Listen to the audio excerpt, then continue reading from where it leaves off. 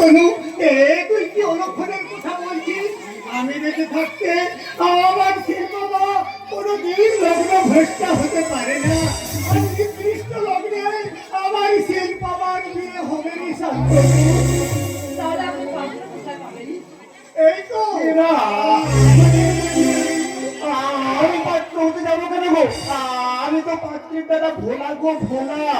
তুমি ভোলা নও বাবাজি, ভোলা নও, ভোলা মহেশ্বর, ভোলা মহেশ্বর। আমার কৃষ্ণ বড়ই করুণাময়, এমন একটা বিপর্যয় ঘটবে জেনে তিনি আগে ভাগে তোমাকে এখানে পাঠিয়ে দিয়েছেন।